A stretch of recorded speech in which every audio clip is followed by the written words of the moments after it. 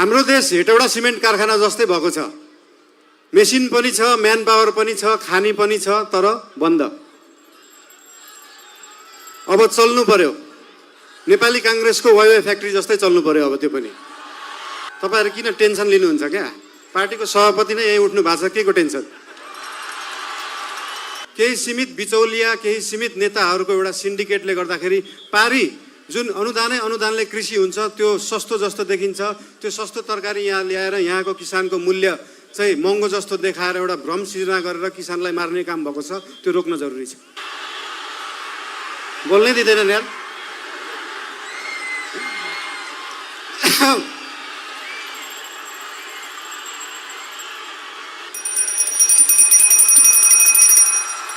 यहाँनिर चितवनमा छतमाथि चाहिँ यस्तो जस्ता राख्ने चलन रहेछ है। सबका सब निलो जिस्काउनलाई राखे जस्तो। कसलाई जिस्काउनु भएको त्यसरी? दाइ देशभरि जाँदाखेरि जसरी टुरिज्म प्रमोसन गर्नु भएको थियो, एकचोटि चितवनको पनि टुरिज्म प्रमोसन गरिदिनु होला भनेर मैले भने। मेसीलाई फुटबल खेल्न सिकाउनु पर्छ, रोनाल्डोलाई फुटबल खेल्न सिकाउनु पर्छ। तपाईहरुले पनि भनिसक्नु भएको छ, धेरै बोल्न चाहिन, धेरै धेरै माया। तपाईहरुको जय होस्, देशको सही होस्। जय घण्टी, जय देश। नमस्ते नमस्ते नमस्ते नमस्ते। तपाईहरुको फेभरेट कलर कुन हो? रंग नीलो। तपाईहरुको फेभरेट बाजा कुन हो? बाजा बजाउन मिल्ने चीज। यसपालि के गर्ने त्यसलाई?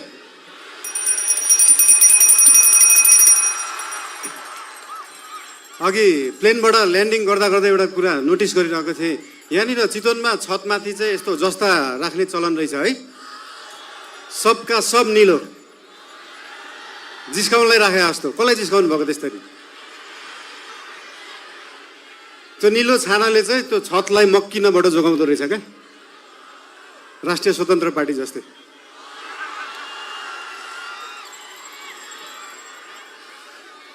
चितवन अघि झर्दै गर्दाखेरि एकजना भाइले भन्नुभयो, दाइ देशभरि जाँदाखेरि जसरी टुरिज्म प्रमोसन गर्नु भएको थियो, एकचोटि चितवनको पनि टुरिज्म प्रमोसन गरिदिनु होला भनेर मैले भने। मेसीलाई फुटबल खेल्न सिकाउनु पर्छ, रोनाल्डोलाई फुटबल खेल्न सिकाउनु पर्छ। हाम्रो चितवनका हाम्रा थारू समुदायमा भएका होमस्टेहरू, रिसोर्टहरूमा देख्न सकिन्छ कि यहाँको उत्पादन, यहाँको लुगा, यहाँको म्युजिक, यहाँको खानेकुरालाई कसरी उहाँहरूले टुरिज्म प्रमोसनको लागि उहाँहरूले विश्वमा चिनाउनु भएको छ। त्यो हेर्दाखेरि चितवनले चाहिँ देशलाई टुरिज्म प्रमोसन सिकाउनु पर्छ। घरमा खाने आफ्नो लोकल खाना, आफ्नो लोकल परिकार घरमा खाने, त्यो लोकल परिकारलाई एउटा इन्टरनेसनल क्युजाइनको रूपमा उहाँहरूले प्रस्तुत गर्न सक्नु भएको छ। त्यो पुरै देशले सिक्न जरुरी छ। सिकाउने हेन त चितवनवासीले पुरै विश्वलाई टुरिज्म प्रमोसन। राम्रो कुराहरू यहाँको ठाउँहरूको धेरै छन्। एउटा समस्या रहेछ यहाँ, हरेक वर्ष न्युजमा देख्न पाइन्छ किसानले बाटोमा दुध पोखाएको, तरकारी फालेको। त्यो के रहेछ भन्दाखेरि किसानले सही बजार नपाएको, किसानले सही मूल्य नपाएको एउटा समस्या रहेछ।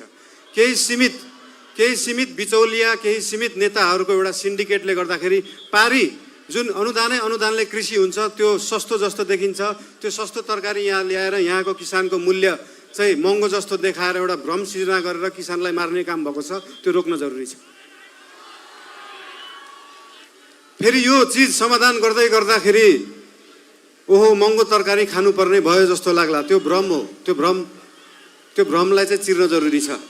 नेपालमै उत्पादन भएको सस्तो बिजुलीलाई नेपालकै सस्तो कोल्ड स्टोरमा सिजनको बेला जुन बेला तरकारी सस्तो हुन्छ त्यो बेला स्टोर गरेर राख्यो भने भोलि महँगी हुने सिजनमा सेम मूल्यमा बेच्न सकिन्छ। किसानले पनि मूल्य पाउँछ, खाने मान्छेले पनि सस्तोमा तरकारी किन्न सक्छ। त्यो गर्न चाहन्छौँ हामी। तपाईहरुले याद गर्नु भएको छ देशभरि जुन लामो दूरीको यातायात ट्रकहरूमा नारायणी लेखा हुन्छ, याद गर्नु भएको छ नम्बर प्लेट। जसरी त्यो लोकल बसहरू, लामो दूरीको बसहरूको हब भएको छ यो चितवन, त्यसरी नै पूर्वदेखि पश्चिमसम्मको तरकारीलाई कोल्ड स्टोरेजमा स्टोर गर्ने हब बन्न सक्छ चितवन। त्यो बनाउन जरुरी छ। देशवासीलाई आफ्नै तरकारी खुवाउन जरुरी छ र किसानलाई सही मूल्य दिन जरुरी छ। बर्खामा हाम्रा बर्खा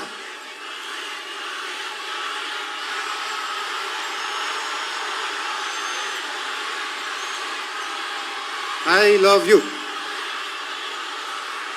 बोल्नै दिँदैन यार।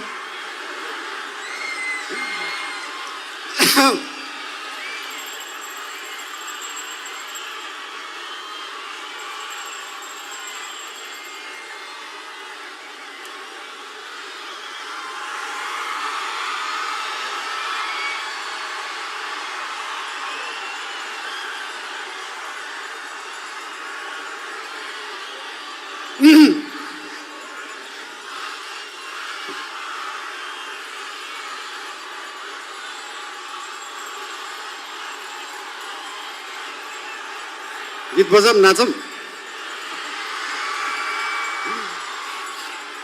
बर्खाको बेला नेपालमा उत्पादन भएको बिजुली खेर गइरहेको हुन्छ। सुक्खामा हामीसँग आफै बिजुली हुँदैन, तर त्यो बिजुली स्टोर गर्ने ब्याट्री त छैन जस्तो लाग्छ हामीलाई, तर छ। हाम्रो देशमा उत्पादन भएको सस्तो बिजुली बेचेर देश धनी बन्दैन, त्यसलाई प्रयोग गरेर त्यसलाई स्टोर गरेर बन्छ र त्यो स्टोर गर्ने ब्याट्री हो मल कारखाना, डाटा सेन्टर, कोल्ड स्टोरेजहरू। त्यस्तो ब्याट्रीहरू बनाउन जरुरी छ आफ्नो बिजुली थामेर राख्नलाई। त्यो बनाउने पार्टी बन्न चाहन्छ राष्ट्रिय स्वतन्त्र पार्टी। यो चुनावको क्रममा हामी पूर्वदेखि पश्चिमसम्म पुरै देश घुम्न गयौँ। लगभग 7-8 हजार किलोमिटर हिँडियो होला देश बुझ्नलाई। सबै लगभग 45-50 वटा जिल्ला घुमियो होला। त्यो जिल्लाहरू घुम्ने जाँदाखेरि के महसुस भयो भन्दाखेरि लगभग देशभरिका समस्याहरू, देशभरिका कुराहरू उस्तै रहेछन्। कृषिको समस्याहरू, पर्यटन क्षेत्रमा भएका समस्याहरू देखियो। तर एउटा गुड न्युज पनि छ त्यहाँ। गुड न्युज के हो भन्दाखेरि एउटा जिल्लामा समस्या छ भने त्यसको समाधान अर्को जिल्ला देशभित्रै रहेछ। त्यो समाधान मिलाउने पार्टी बन्न चाहन्छ राष्ट्रिय स्वतन्त्र पार्टी। हाम्रो देश हेटौडा सिमेन्ट कारखाना जस्तै भएको छ। मेसिन पनि छ, म्यान पावर पनि छ, खानी पनि छ, तर बन्द।